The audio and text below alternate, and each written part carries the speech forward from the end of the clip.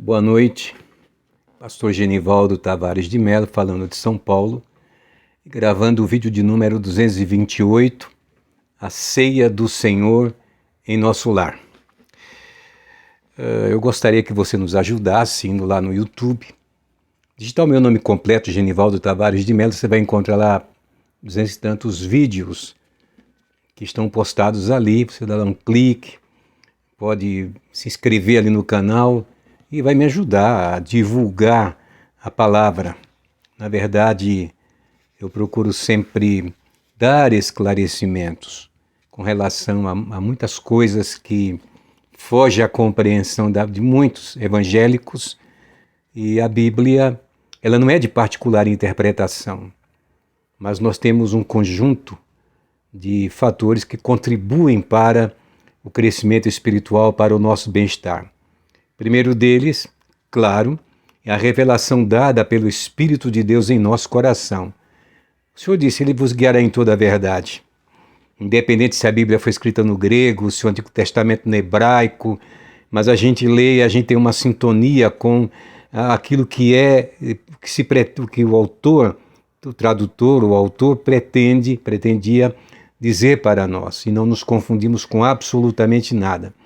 Nesse momento, hoje, domingo, dia 10 de abril de 2021, eu, por bondade do Senhor, estava na casa do meu genro, ele de manhã esteve na igreja, pegou lá os kits de ceia, levou e eu completei, porque faltou para mais alguns, e então preparei mais ceia para a oportunidade.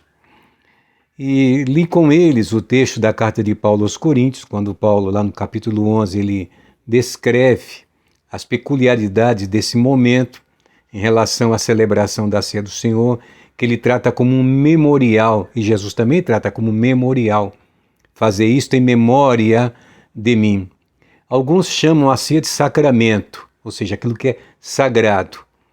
Para aceitar que a ceia seja um sacramento, também é possível que seja aceito que nela há, ou se valida nela, as doutrinas da consubstanciação e da transubstanciação. Consubstanciação e transubstanciação, que significa dizer o seguinte: ou ela contém o corpo de Cristo e o sangue de Cristo nos elementos, ou esses elementos se transformam no momento em que nós o recebemos em nossas vidas. E nada disso é verdade pelo que se depreende dos ensinos da palavra, de como Jesus tornou os discípulos participantes desse momento tão importante e que é importante também para nós. Eu li todos os textos de Mateus, Marcos, Lucas, João, e João com particularidade em relação a Judas Iscariotes, que estava lá no momento de celebrar o ato que ele chamou de Páscoa, a celebração da Páscoa, mas que os elementos não continham aqueles lá ensinados ou dados como referência pelo Senhor, que era o cordeiro, que era o pão sem fermento e que era as ervas amargas, que cada um se revestia de um significado muito importante. Bem, mas eu preferi separar aqui o texto de Lucas, em que ele diz o seguinte: o autor, chegada a hora, pôs-se à mesa e com ele os 12 apóstolos e disse-lhes: desejei muito comer convosco esta Páscoa antes que padeça. E tomando o cálice, havendo dado graças, deu graças. Ele não santificou o pão, ainda que há um texto de um dos evangelistas que fala em orar, mais ou menos dá uma ideia de santificar o pão. Também santificar não é o que nós chamamos de sacramentar, ou um sacramento. Mas santificar significa usá-lo para aquele momento especial, nesse sentido. E deu graças e disse: não, vocês não vão comer de novo até que se cumpra no reino do meu Pai. O que significa que algo muito semelhante ao que nós fazemos aqui, junto com a igreja, será feito também no céu após o arrebatamento da igreja. Alguns podem até perguntar: mas estaremos num corpo espiritual e vamos comer pão, beber vinho? Bom, se pergunte para o Senhor depois que você for. Se você for, ótimo, você vai saber como que funciona, ou como vai funcionar. Mas se não for, nunca você vai saber. E nem eu também. Mas Ele tomou o cálice, deu graças, tomai e reparti entre vós, porque vos digo que já não beberei do fruto da vida até que venha o reino de Deus. E tomando o pão e havendo dado graças, partiu e deu-lhe, dizendo: isto é o meu corpo que por vós é dado. Fazei isto em memória de mim. É o que nós fazemos sempre, em memória do Senhor. Bem, eu acredito que essa doutrina da consubstanciação, da transubstanciação, que são dogmas, ok? Alguns dogmas católicos que transformaram a ceia num sacramento, e talvez seja por isso que antigamente muitos pastores, eu mesmo fiz isso muitas vezes quando jovem, não é? E ajudava no serviço da ceia, a simplesmente fazer desaparecer, que ninguém comesse, nem podia dar para animal, nem coisa alguma, porque era o corpo do Senhor, porque era o sangue do Senhor, diluía na água, fazia desaparecer ali. Bem, foi assim que a gente aprendeu.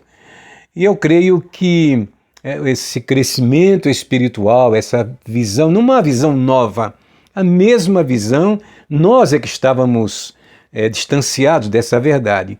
Temos essa profunda convicção de que, participando do pão e do vinho, nós estamos relembrando sempre, mas tem que fazer isso com o coração quebrantado, compungido, sabe? Com temor, que Paulo disse na carta aos Coríntios: aquele que beber do cálice e do vinho, que beber da ceia indignamente, come e bebe para a sua própria condenação, por não discernir o corpo do Senhor. E você sabe que também está ali na carta de Paulo, no capítulo 11, um ensinamento muito importante, porque muitas vezes há pessoas que pensam o seguinte: se o sujeito está lá em pecado, com a vida errada, e toma o pão e bebe do cálice indignamente, ele vai morrer de repente. Isso não acontece, e foi exatamente por isso que Paulo disse assim: há entre vós muitos, olha como começa, fracos, doentes e muitos que dormem. Primeiro fica fraco, perde o prazer, sabe, não tem mais satisfação em participar da ceia com os membros da igreja, em comunhão, e depois acaba adoecendo. Adoece, e quando adoece já é um sinônimo ruim, e depois vem a morte. A morte não significa aniquilação da alma ou do espírito, que nunca morre, é eterna, nem tampouco do corpo físico. Nem tampouco do corpo físico, mas perde a comunhão com Deus. No dia que Adão pecou no paraíso, o Senhor disse para eles: no dia que vocês comerem, vão morrer.